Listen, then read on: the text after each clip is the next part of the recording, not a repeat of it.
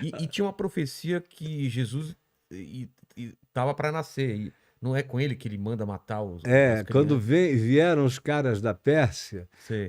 os magos do É, Oriente, que eram de fato astrólogos, astrônomos, naquele não eram tempo. reis, então, eram Não, eles eram cientistas, sábios. sábios.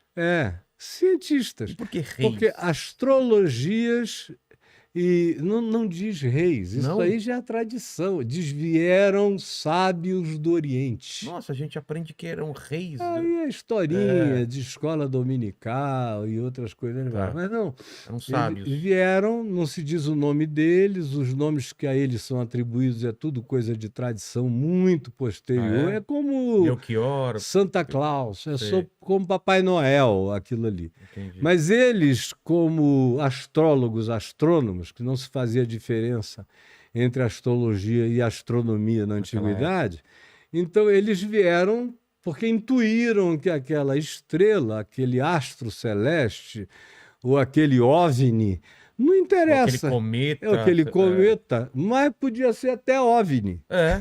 Que marcava uma. Quem levou, eles chegaram a um lugar aí em Jerusalém. Aí ele falou: escuta, onde é que vai nascer o rei dos judeus? Perguntaram Caramba. a Herodes, Ah, é? que é esse paranoico que matava mulher, filhos e tudo. O Se cara ele disse: matava o ah, pessoal da própria é? família, você acha que É, ele vai correr o risco de ter um moleque que vai é. crescer e tirar o poder dele? Aí ele disse: que me digam onde é que eu quero ir adorar esse menino. Cara, Voltem aqui. Aí os caras foram 5 quilômetros depois, chegaram à aldeia de Belém. Era aquela história do censo sei. que César Augusto tinha mandado fazer para saber qual era o tamanho do Império Romano, saber com quantos ele contava para tudo.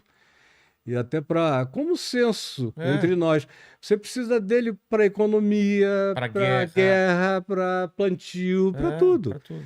Então, ele mandou levantar, e aí Jesus, por causa disso, tendo sido criado em Nazaré, nascido em Belém, ele voltou para Belém, lugar onde o pai dele também nascera. Para se inscrever no censo foi quando ele nasceu. E aí os caras chegaram, ficaram deslumbrados, maravilhados, adoraram e cultuaram e disseram para José e para Maria que aquele menino ia dividir o mundo. E foram embora e resolveram não passar mais por Jerusalém. Eles intuíram que Herodes queria matar o garoto. Foram por outro caminho e falou para os pais: saiam daqui o quanto antes. Aí, quando Hum, eles vão para o Egito, que era o lugar mais próximo e, ao mesmo tempo, mais guardado que eles poderiam ter em relação à sanha de Herodes persegui-los. Aí eles ficaram aproximadamente 8 anos no Egito, de 6 a 8 anos, e voltaram. Foram direto para Nazaré. Herodes já tinha morrido, a cara, história estava mais ou menos apagada, não tinha registro nem arquivo, era memória humana, é, distraível ao extremo.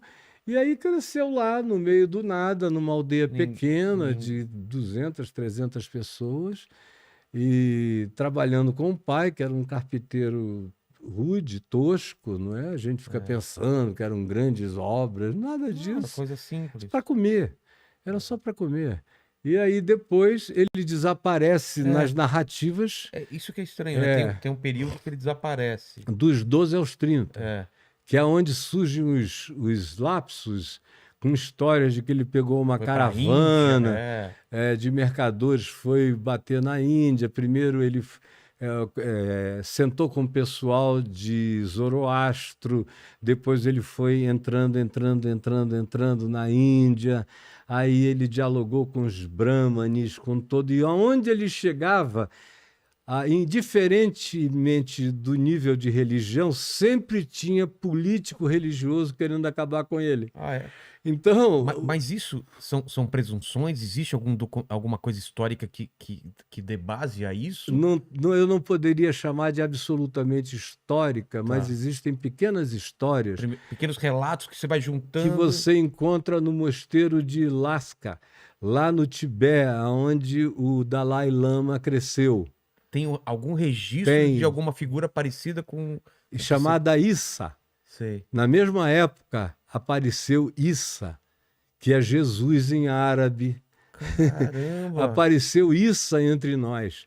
Aí essa narrativa que foi descoberta por um repórter inglês no século XIX, ele limpou tudo, juntou tudo. É um livro interessante de ler. Pô. Dá uma boa ficção. É. Porque não muda Jesus. Aonde ele chega, mesmo jovem, ele é um problema onde ele chega. Porque a sabedoria dele confunde todo mundo, esmaga os sábios locais. Era aquela simplicidade vertiginosamente esmagadora. Devia ter um carisma Poderoso, curava pessoas, com uma descrição, desaparecia dos lugares porque não queria publicidade.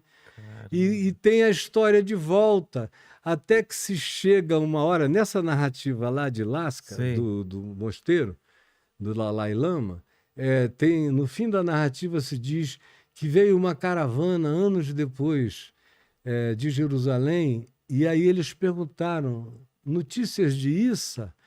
Aí o pessoal disse, tragédia.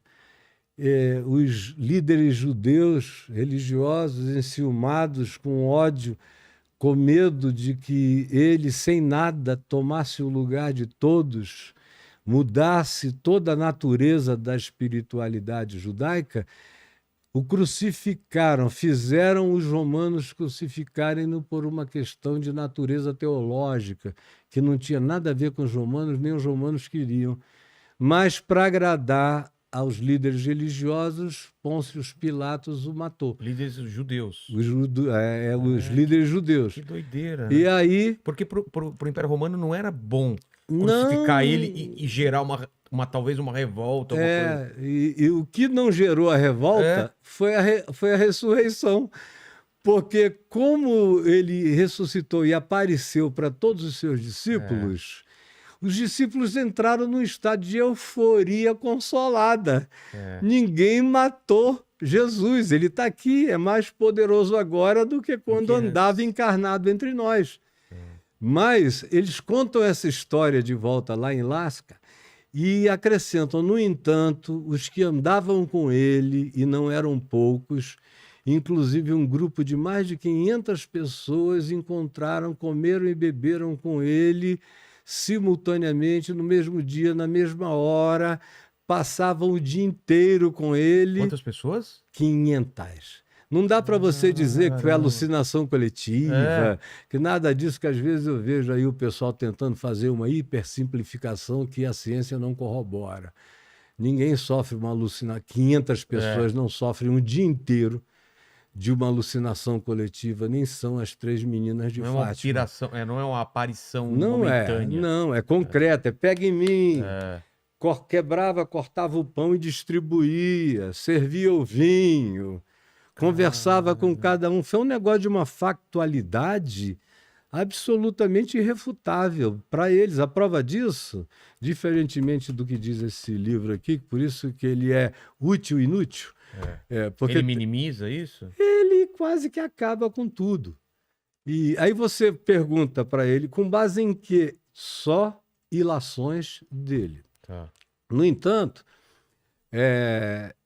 o que aconteceu é que todos esses homens que andaram com ele, de dia e de noite, que foram chamados de apóstolos, que não significa nada grandioso. Hoje em dia você vê apóstolo Valdomiro. Na realidade, a palavra apóstolo, xiliá, significa só o menino de recado, o mensageiro, o carteiro.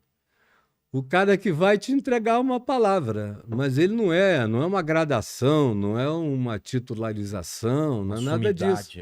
Tanto é que Paulo não andou com Jesus e foi chamado apóstolo porque a palavra que ele trazia sobrepujava a palavra da soma de todos os apóstolos que tinham andado com Jesus. A profundidade que o cara alcançou.